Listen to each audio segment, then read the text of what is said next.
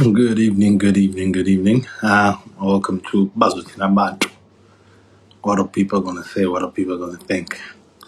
My name is Ulwazi, and today we'll be chatting with UKZN Impi captain himself, Wandile Shabangu. Sibingelele upaki bengena lana, nosanda bengena, and let's just bring the man on right now. Go straight into it. A request, I put a request I want.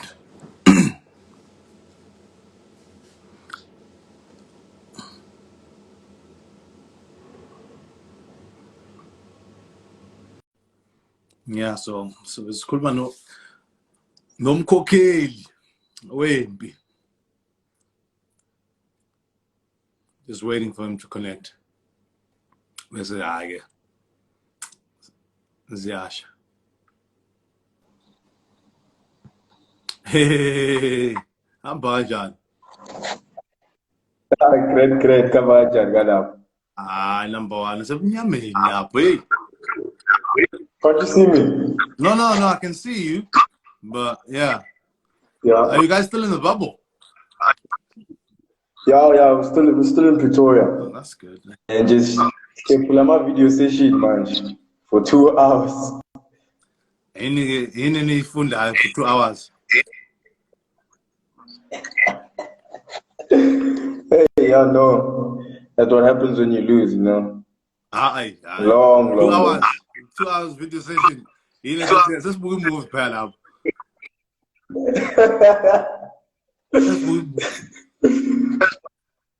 Ukraine, you got. Besides the body being sore and all of that, I'm good. I can't complain. Number one, Sophia Lapo. I just want you to quickly just tell people Wandile Shabangu. People that might not know. We know you, the skipper, but No, Wandile Shabangu, as you all know, I'm from Mpumalanga in Naspoti. And then I'm studying Bachelor of Education, a future teacher. Yeah, man, and then got a massive love for rugby, a massive love for coaching. Hence, I'm combining the two, teaching and coaching. So yeah, man, rugby is my passion.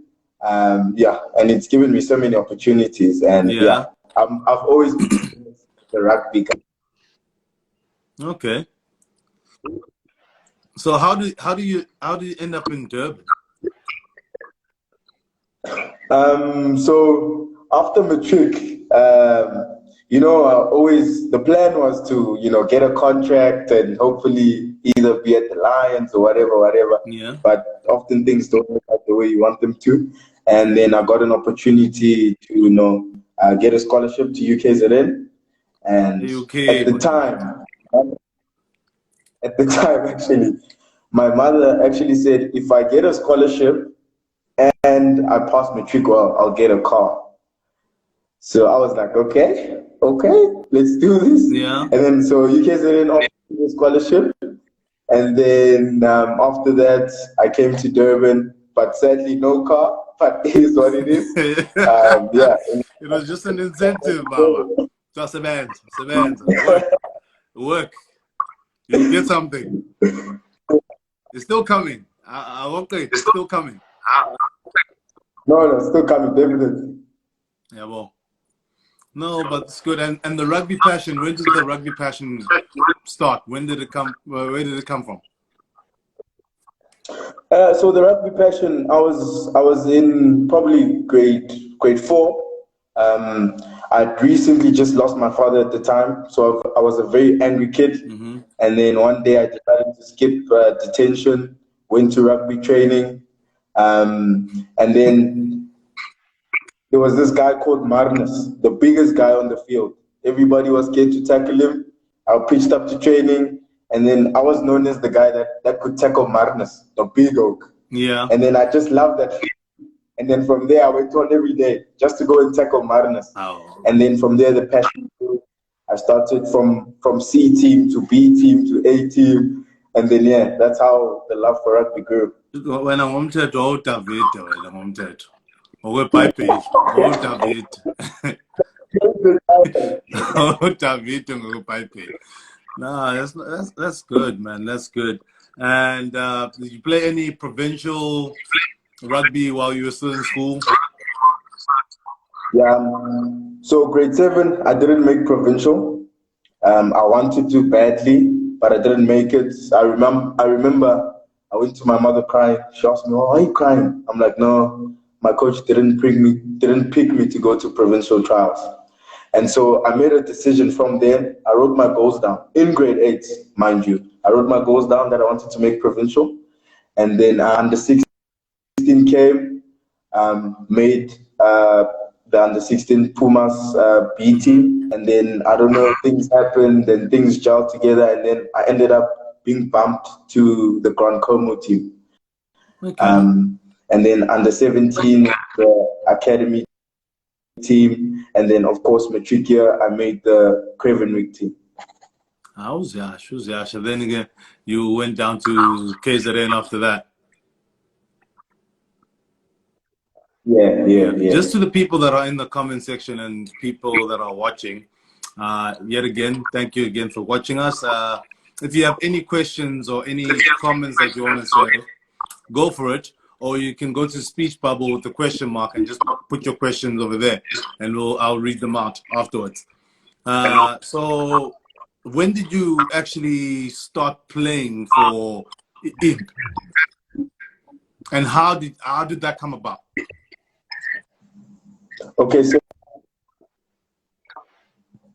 Okay, so my journey with Impi started off December camp.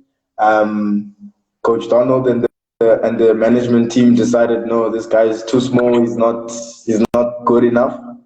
So I went back and invited to January. This was 2017. Okay.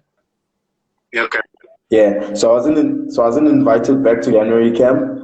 But then I got the opportunity. They had a warm-up game against UJ, and then Uyandi Sumtolomba, our manager at the time, he calls me. He's like, "Where are you?"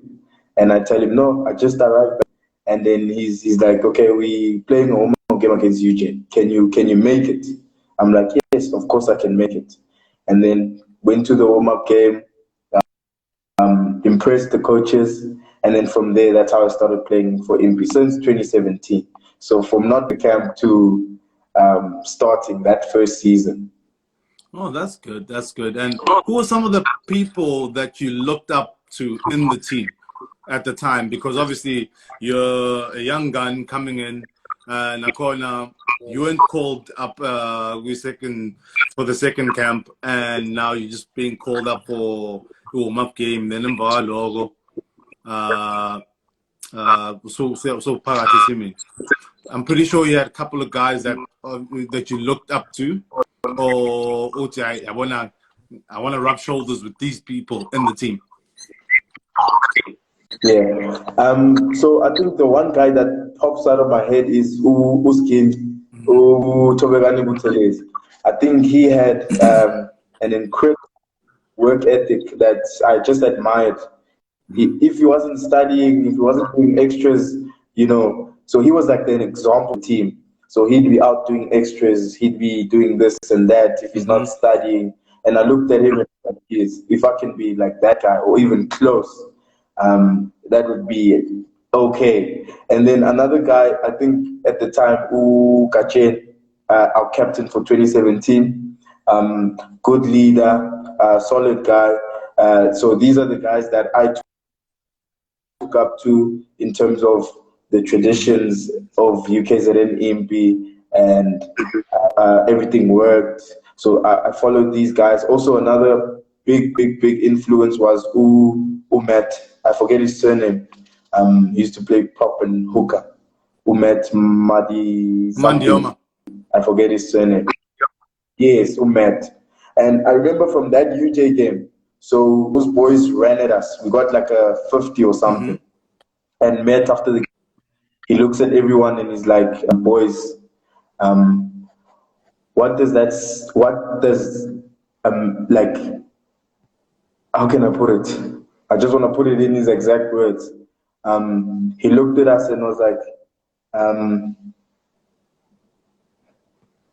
I'm forgetting now. Yeah. Matt was also another. Get back to that. But Matt was also another one that was really inspirational. He wasn't the captain, but on the field, sure, he was really. He was also one of the guys I want to be like as well. Nah, all the three guys that you just mentioned, I played with, and I know exactly what you're talking about when you're talking about being hard, work ethic, and being leaders in their own rights on the field. So I know exactly what you're talking about, Mokulmanja. Nangu Byron sengenile naila. Yazi uzokumuntu tot. You know that. Yeah, well. But besides that, have you always been a center? No. So, high school, I played flank, Craven Reef, I played flank, and then I decided to make the switch. Wait a minute. Ujwaldala flank. Yes. I'm right. I'm gonna compare you to one of your loose forwards right now, Byron. Now I'm going because Byron is here. I'm comparing both of you. So in high school, were you the tallest or what? No. So I was still pretty much the same size, the shortest, but I used to play open side flank. So you're like 100%. Yes, okay. Exactly like I can. Yes. So make tackles, make steals, and just be everywhere on the field. Yeah. So and then 2017, I decided. I looked at my competition in that December camp.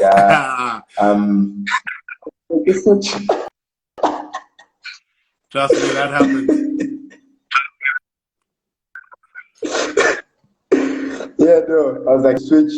And then from there, I made the switch, and the transition wasn't as bad because primary, high school, there were some games where I used to play center or wing, but not really a lot of them. But I used to play center, wing sometimes. But usually position was a flank. Okay, no, that's good. And when did the captaincy come about? When did that come about? The captaincy thing, I really didn't expect it. It was last year, 2020. Shumza was our current captain. He was moving on, and so he came up to me and said he's gonna recommend me to the coaches to be the captain. And I was nervous at first. I was like, geez, I've never even thought about being captain at all. You know, I'm just the guy that just does the nitty-gritty stuff, and that's that. And then from there, he did talk to the coaches. The coaches spoke to me, and then I said, no, I'll be willing to do it, even though the only time I've ever been captain was the C team back in primary. You know, in the captaincy, eh? Yeah. Yeah, and how did that make you feel when they actually came up to you and said, okay, listen, we want you to be the captain? How did that make you feel? Now, for me, it was firstly a shock. It was a shock for them to firstly believe in me that I could lead the guys. Because, like I said, Boca, Jane, you were captain, yourself, you were captain. So you had big shoes to fill. So it was really nerve-wracking for me. I didn't know whether I'd be able to. You know, that first season, I remember just sometimes just being nervous just to go to practice because you're the captain now. You set the standard. They'll ask you, what do you want? What's happening? So you had to be prepared. So for me, it was exciting, nerve-wracking, and yeah, scary as well. And what did your mother say? Because it's always exciting for our parents when you come back with the news that, hey, listen, so not only am I in the team, but I'm actually a leader in the team. With my mom, I didn't know because I'm always here in Durban. So I told Yeah. her over the phone. I called her. I was like, no, they're making me captain. She was very happy. She told me congratulations, but nothing hectic. But then as soon as as I got home because of COVID, everybody in our neighborhood, hey, the captain, the captain, the captain. So she was just telling everybody, yeah, that Wandile is the captain of the team and all that. So yeah, that was also another surprise. Yeah, I think that's the thing with our parents, man. Where they might not show sometimes that they're proud, but you hear it from people when people talk about it, and they're like, "Oh, your mom has been talking about you, your dad has been talking about you, or something like that." So, or your Yeah, siblings have been talking about you, cousin. yeah, So that's how you find out. yeah, definitely. Yeah. So, what kind of leader would you say you are you? Are you motivational speaker kind of leader, or are you shut up and do your work and lead by example? For me, I'd also have to ask the guys what kind of leader I am, but how I perceive myself is, I think on the field, I'm a follow me, I'll lead you. I won't talk about motivation, what. I always tell the guys, listen, I'm not here to motivate you. That's your own business. I'm just here to keep you calm, to just lead on the field. So I'm the leader that's gonna set the example, that's gonna make those tackles, that's gonna get up and put in the effort. I'm that leader that's gonna do the extras, that type of leader. So I'm not all motivational, what. I always tell the guys, if you're looking for motivation from me, then nah, you came to the wrong place. Unless you see me making a tackle or you see me making 2 tackles in a row, then that's motivational in a sense. But the words, I'm not that kind of leader. So I'm that I'll lead from the front type of leader. No, that's fantastic. That's fantastic. I feel like that's how I perceive myself as too. When it comes to, I can talk a lot, but when it comes to motivating people, I don't do that. I'm like, okay, if you can't get motivated by seeing me doing the hard work or extra work, I don't know how you're gonna get motivated. I'm not a person. Oh, come on, Yeah, guys. No, no, no. I was never that kind of person. They even laughed at me because I always used to have the same sort of speech in the beginning of the game, and they knew. They knew. I always used to get fined for it. Yeah, well, but yeah, yeah. it happens. So how's the feeling in the camp right now? I know the last 2 games have been bit bumpy. You slipped up against Iwusu, where you just slipped up at the end. And I think yesterday, because I don't watch the games, I see the highlights though. I think you guys weren't even switched on at home. Maybe you can tell me that. Yes. Yeah. So with yesterday's game, I think as a captain, you're supposed to have an idea about your team and how your team is feeling.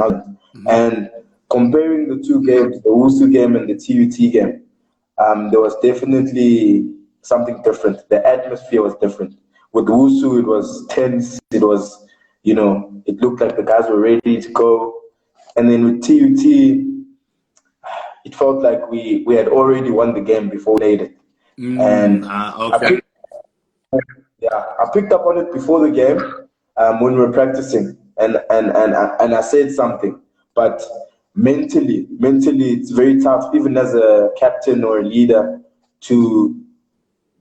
for your players to make that mental shift. I think they didn't. They didn't catch to what I was saying at practice because we were knocking on balls, guys were laughing. It wasn't at a high standard at practice. And so leading up to the game, the Oaks seemed keen. The Oaks seemed ready for it. But as you can tell from even the commentator said it from the field, there was no energy.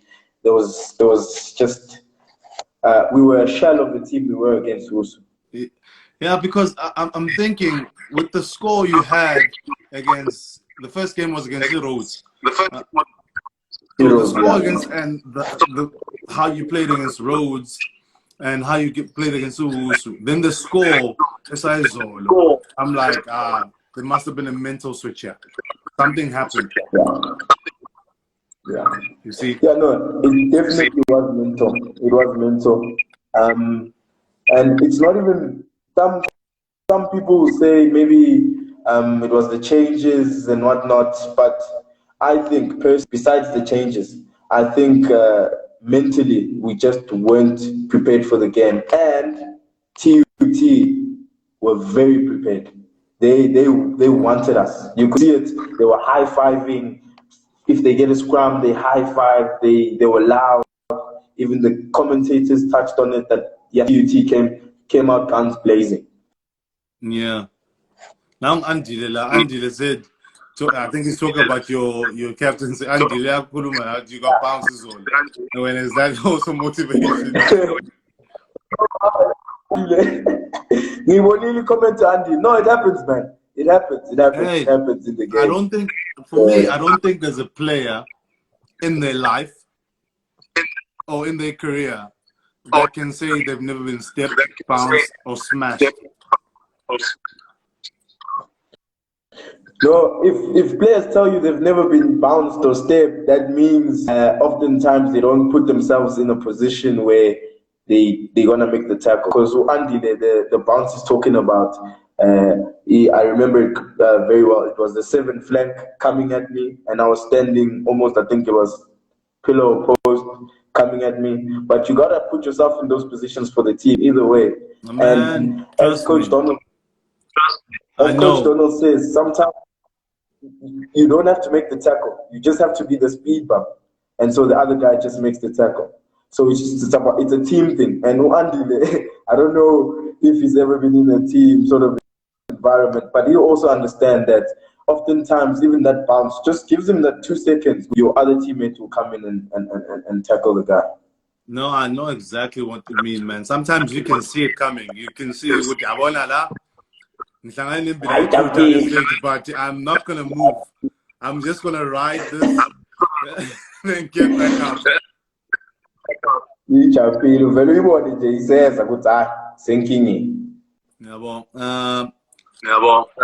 As a leader, there's a question that I had right now, and I want to ask you: who are the most difficult players that you have in your camp right now?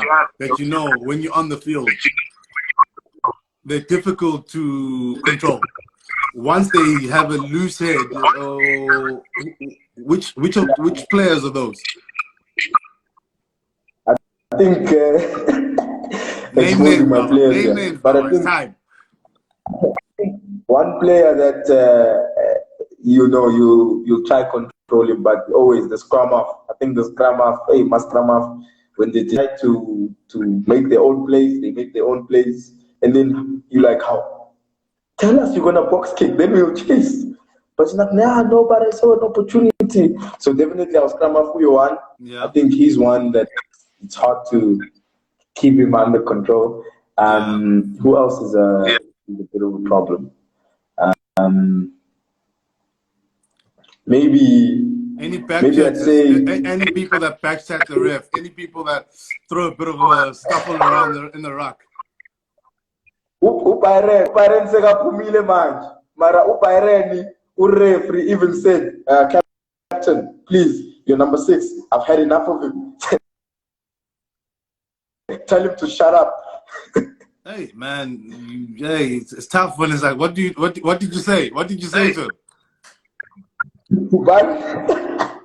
What did you say to him? No, to Byron. Hey, the ref is tired now. You better relax. And then Byron's like, no man, I'm not saying anything. I didn't do anything. Byron, yeah. No, but sometimes you get players like that who are loose cannons, where you know as a captain that that player is a loose cannon, but I need to keep that player as a loose cannon because if they play like that, we know we're gonna win this game. Yes. And I think from a psychological point of view, I think Byron's that type of player. He'll get in your ear. He'll tell you you're not good enough. He's gonna scrum you, things like that. And I think the ref we had against Iwus, he didn't like that very much for some odd reason. Because usually the refs don't. The ref. Yeah. I forgot his name.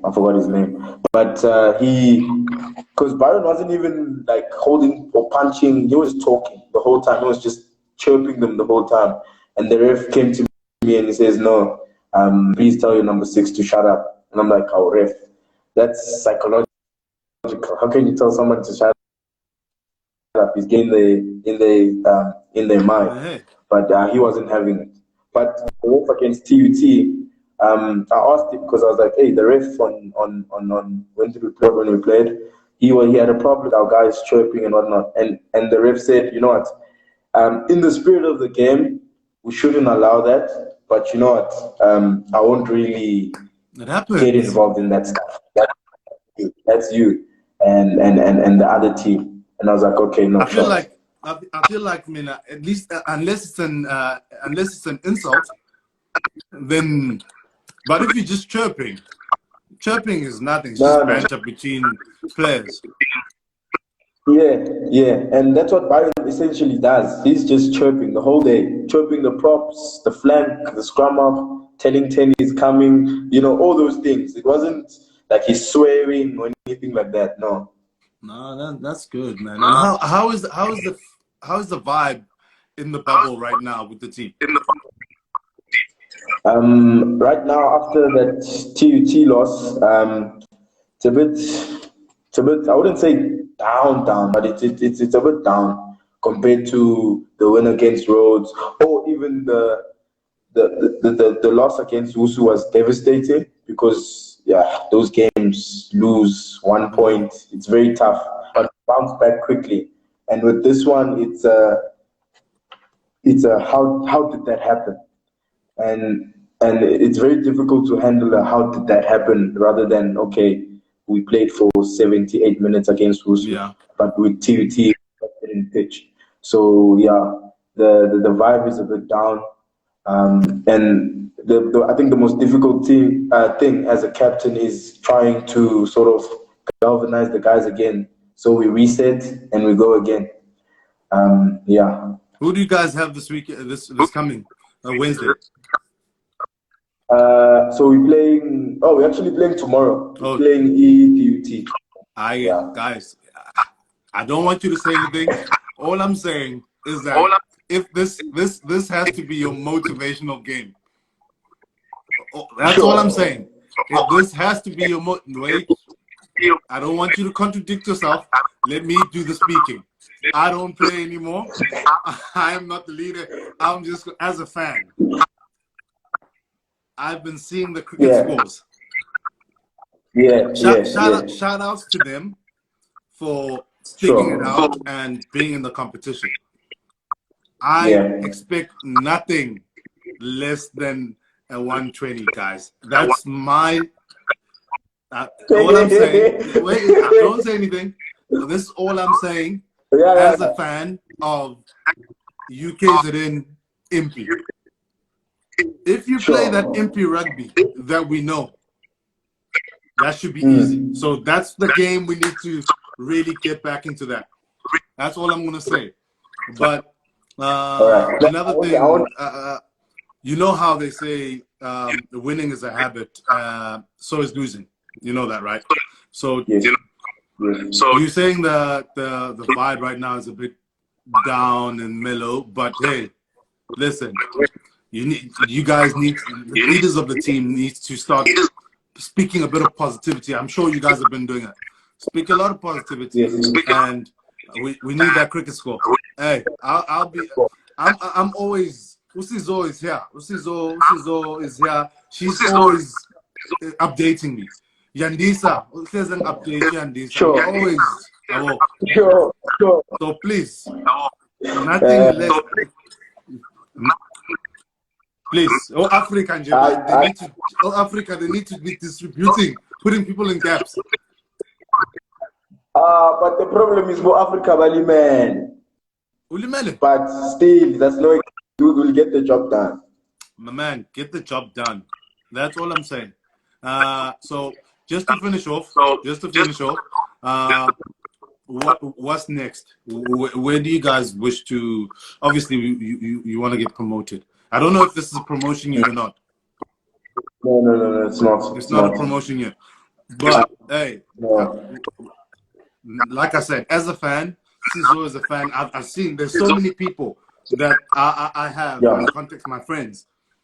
We get disappointed when you guys are losing. We get very excited when you guys are winning, but that comes with the game.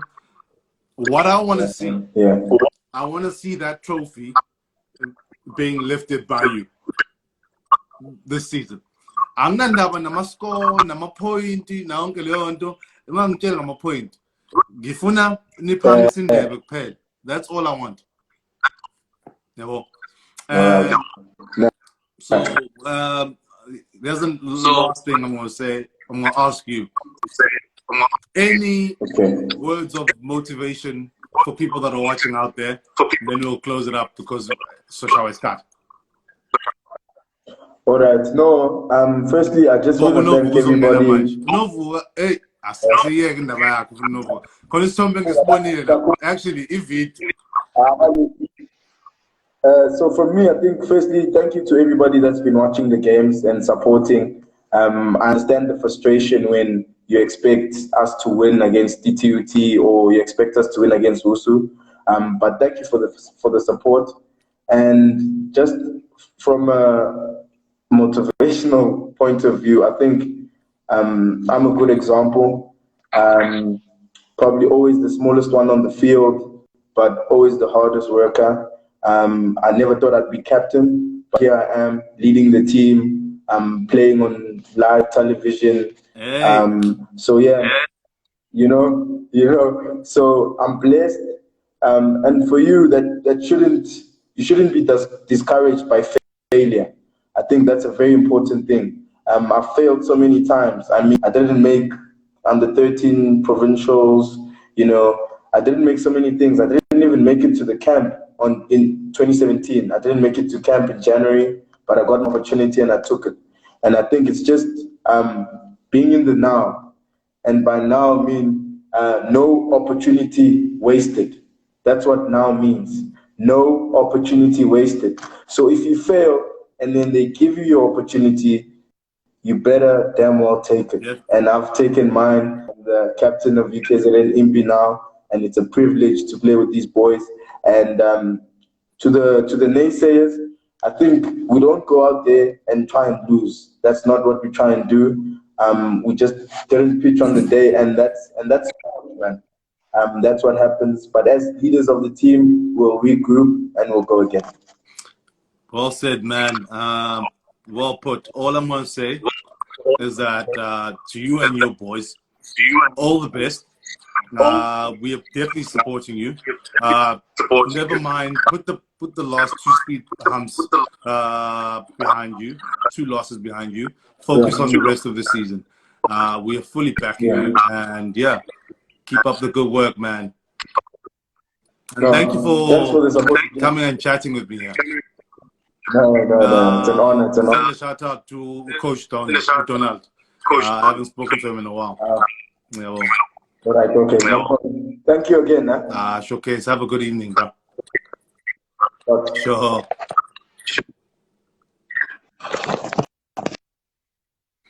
Yeah, guys, that was Wandile. Goes by Wandile Shabangu, captain of UKZN Impi.